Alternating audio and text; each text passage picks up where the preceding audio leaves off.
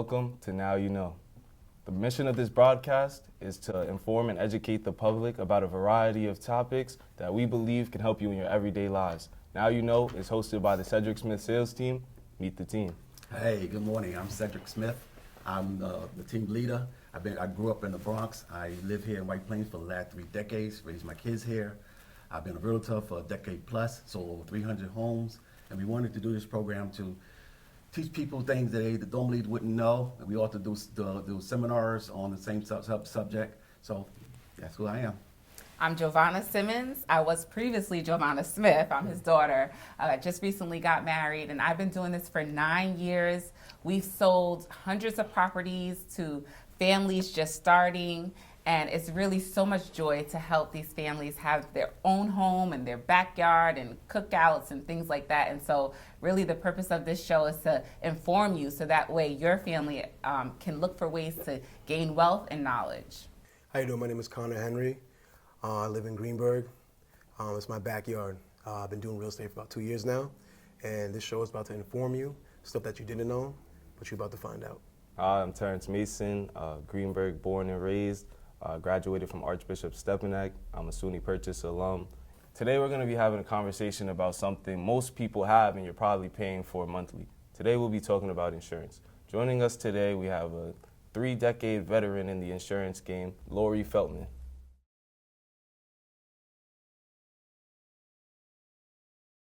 Welcome to our show, Now You Know, Lori, our first guest. Thank you. Thank you for having me. I'm excited to be here. So why don't you introduce yourself?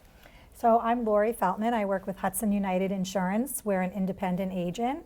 Been doing insurance for over 30 years now, and I specialize in personal lines. So that's your auto, home, excess liability insurance, boat, those types of things.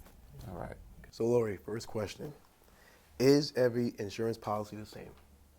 No. So when it comes to homeowner insurance, auto insurance, yes, mainly. Coverages are different, so you want to make sure you have the right coverages. That's why you always go to a licensed professional. But homeowner insurance, the policies do differ. So there's standard policies, but there's endorsements.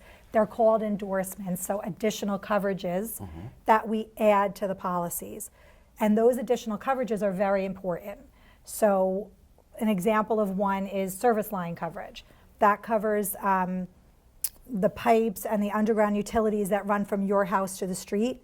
So you probably, I talk to people, everybody knows somebody that this has happened to. A pipe under their driveway goes, their driveway needs to be excavated, they have to come in and fix the pipe, very costly.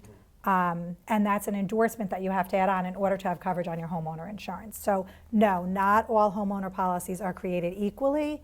And it is important that you know the coverages you have. Okay.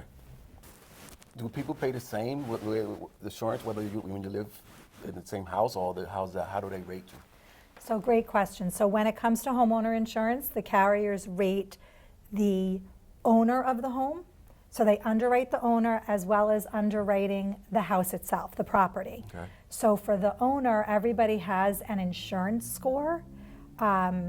So what I pay to insure 123 Main Street is going to be different than what you pay to insure 123 Main Street. And they also, look at the house as well, the property that you're insuring. Is credit score a factor? So in the insurance score, credit is a factor, small factor. It's a soft hit. It does not affect your credit score in any way. A lot of people are worried about that. But insurance companies, they tell us it's their secret sauce. So we don't know what actually goes into the insurance score. All companies are different, but credit is universal. They all use the credit score. So what if something happens at your house? How do you go about putting a claim in, and should you put a claim in? So the truth of the matter is, when it comes to homeowner insurance, you only want to put a claim in if it's really a bigger event that you cannot absorb on your own. It's not a maintenance contract. It's not to fix those little things. Because once you put that claim in, whether the insurance company pays anything or not, it is considered a claim and it can work against you as far as the rates go. But more importantly, it can work against you if you need to change your insurance. So if you want to you're looking for a better rate, or maybe you're buying a new home, and if you have claims on a previous home or even your existing home and you're trying to get a better rate, it's going to be difficult if you have more than 2 claims in in a 5-year period. So very important to get estimates first, mitigate the loss the best you can, see what the damage is before you make that phone call to the insurance company. Right, and you always, and I remember you telling me too, it's always good to call your agent. Do Right. not call the claim company. That's correct. So if you have an independent agent like I am, that independent agent works for you and the insurance company. So by calling your independent agent is not putting a claim in with the insurance company. But if you call the insurance company directly and get a customer service rep and you're just asking questions, it's possible a claim will go in, even if you don't mean to, report it. And what about when they go to you directly versus going to the company directly? Do they pay it different? No, so an independent agent gets paid by the insurance company. So a lot of people get concerned going to an independent agent because they haven't heard of the companies that we represent, but most of them are A-rated by AM Best carriers, but they sell their insurance through the independent agent. They pay us to go out and sell the insurance. So you, as the consumer, are not paying for our service. And we're going to shop many companies. In my office, we write with about 15 different insurance companies. So I'm going to go and shop all of those companies for you. How often should you look at your insurance? I think you don't want to do it every year. You'll make yourself crazy. So maybe every 3 years, certainly every 5, look at it. But I wouldn't do it more than, unless you have a really big rate increase or something significant, a big significant change in the house, the cars, drivers, things like that. Every 3 years, I think. So we should only report a claim if the damage is like really significant. Right. Well, everybody can absorb something different, right? So it's whatever you're comfortable absorbing.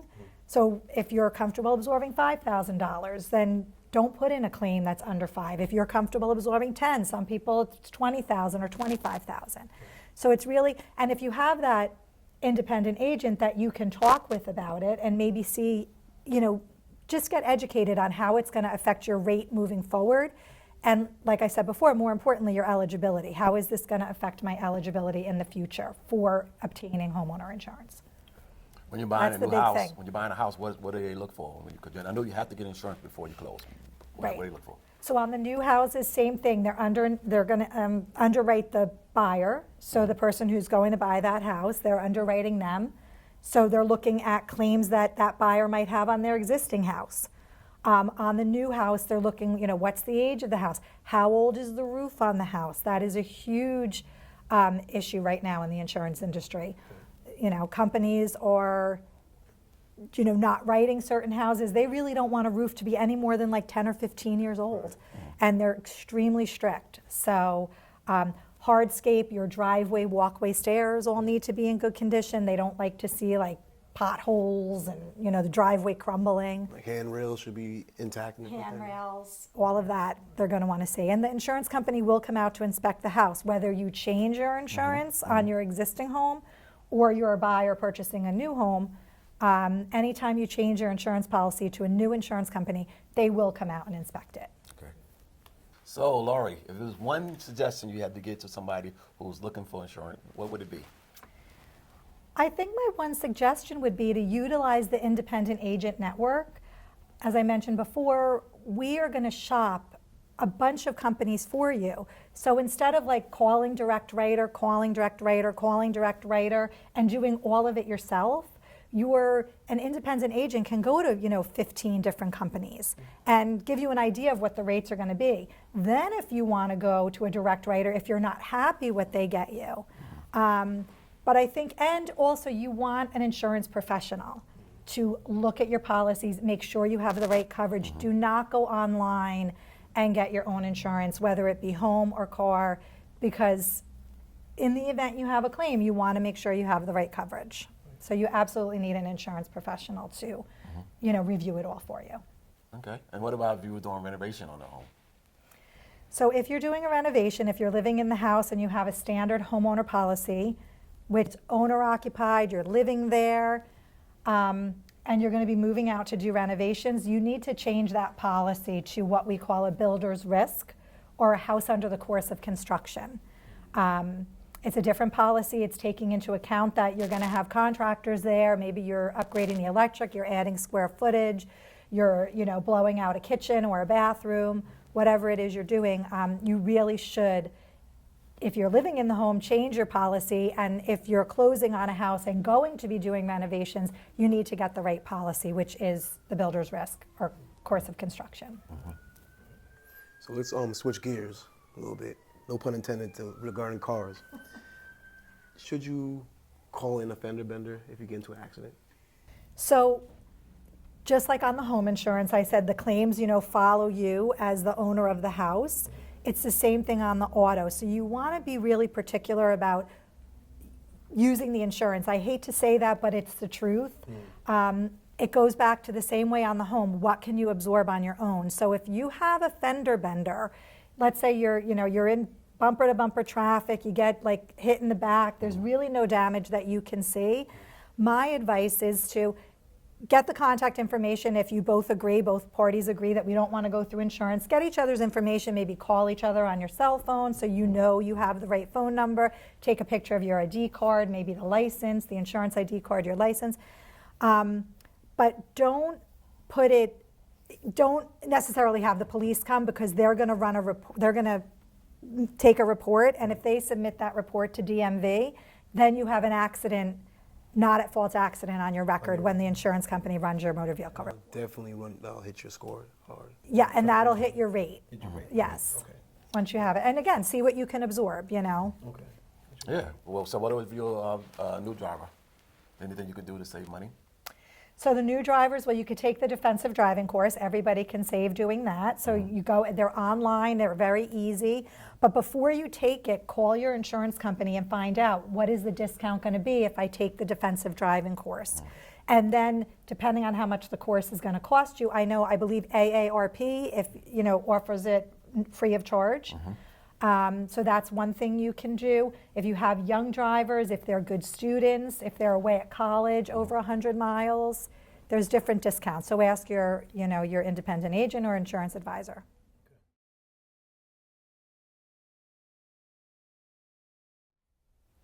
Well, thank you for joining part 1 of this session. Now we're on part 2, where we're going to ask Lori a few more questions, and she's going to help us to learn more about different forms of insurance. So one of the questions are, what is the most important factor auto insurance companies consider when determining your rate? So I would say, aside from obviously your driving record and the location of where the car is garaged, all of that goes into it, your driving, history. But one of the biggest things that people don't realize is the companies want you to have continuous auto insurance. So for example, if you live in Manhattan, let's say, and you don't own or operate a vehicle, and you've been living in Manhattan for 5 years, you have no auto insurance, you have no car, and now you're going to move to the suburbs, buy a house, and buy a car, a lot of insurance companies will not even rate you because you have not had 6 months worth, 6 months of continuous auto insurance. And that's a huge factor that people don't realize. So I always advise people, if they think they're going to be moving into the suburbs and buying a car, see if you can get listed as a driver. Maybe if you have parents, that you can get listed on their policy, maybe a sibling, because being listed as a driver on someone's policy is the same as if you had your own insurance. Insurance companies look at it as existing insurance, and that really helps you. And then the longer you're with a company, up to like 5 years, so if you're with the same company for a year, you're going to get a better rate, 2 years, even a better rate, 3 years, even a better rate with the new insurance company. So, and that goes up to like 5 years. Wow. So that's why I said earlier, shop it at least every 5 years, because the benefit of being with that same company, you really lost that benefit, but you're going to get a great credit at the new company for having existing insurance with one company for 5 years. That makes sense. And that's the same even if you're moving to another state, or is that different? Well, this is the same. I really work in the tri-state area, so New York, Connecticut, New Jersey, they're all the same. Okay. I don't know if you're moving to like Florida. My guess is yes, they all pretty much rate the same and are gonna, really what they're doing is dinging you for not having auto insurance, because Okay. they're looking at it like, okay, you haven't owned a car, you're not listed as a driver on an insurance policy, so you haven't been driving. Because technically, if you have regular use of someone's vehicle or you own a car, you should have car insurance and be listed as a driver if you're a regular driver of, say, your parents' car. You should be listed as a driver, and if you're not, then they're looking at it like, well, then you haven't been driving regularly, so we're gonna ding you on that and not insure, not give you a good rate. Yeah. Do they also look at how long you've had your driver's license? Yes, yep, that's gonna go into it too. So it's, how long you're either inexperienced, an inexperienced operator is like 3 or less years. And then, once you hit your fourth year, now you're considered experienced, but, a 21-year-old or a 20-year-old isn't gonna have as good of a rate as like a 28 or a 30-year-old. So that's, your rate gets a little bit better the older you get. Got it. Ugh, at least it's one thing that gets better the older you get. Sure, agree, good Well, point about it. So if I'm returning my leased car, but my new car won't be ready for 2 weeks, should I cancel my insurance? No, don't cancel your insurance. That's where people go wrong, because now what we were talking about before with that continuous coverage, that's a lapse. It could be a day and you lose all of it. You could have been insured for 10 years with ABC Insurance Company, and now you turned in your lease and you canceled your policy, and 2 days later you picked up a new car. You're now new. You've lost all of that, prior coverage that you had. So in that case, I would just leave the policy alone, and when you pick up the new car, call and just switch the cars out. If you want to, you could call your insurance company and remove the physical damage coverage, which is the collision and comprehensive.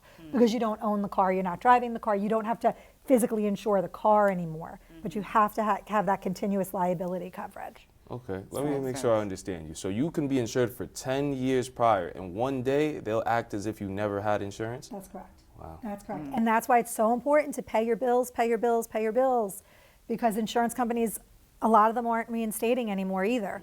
So even if you call 2 days later and say, oh, I didn't realize my bill was due, you get a cancellation notice. The company gives you, it's usually at least 14 days.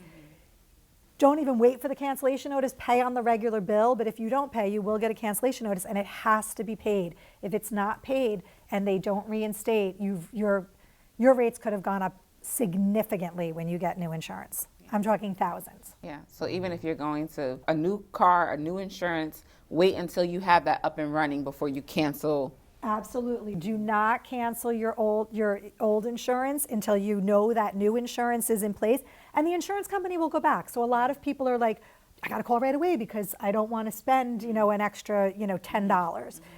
The insurance company will go back 30 days. As long as you can prove that you had new insurance in place effective February 1st and you don't call until February 15th, they'll go back and cancel effective February 1st. So that's a great point that you just brought up.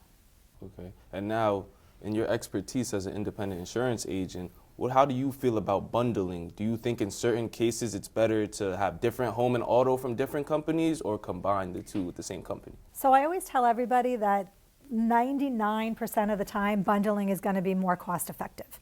So I always tell everybody, try to bundle first. There are those one-offs where it doesn't work, and you're not going to get the best rate by putting it together, and that's okay. But that's why if you have somebody looking at your whole picture, they can put it, like I put it together for my clients. Okay, this is one option, putting everything together, and this is what you're going to save, with the discounts and stuff. And maybe we're paying more for like homeowner insurance over here. But this option, yes, this company might be less for homeowner insurance, but now look at what your auto goes to. So you have to kind of put it all together and see what most people want it to be the most cost effective. With good coverage though, that's the important key. Don't just shop based on rate. The coverage has to be good. I agree. Right. You never know what will happen. Right, you have it for that claim if you ever need it, and you want to have the coverage should you ever need it. So that's really important. Good point.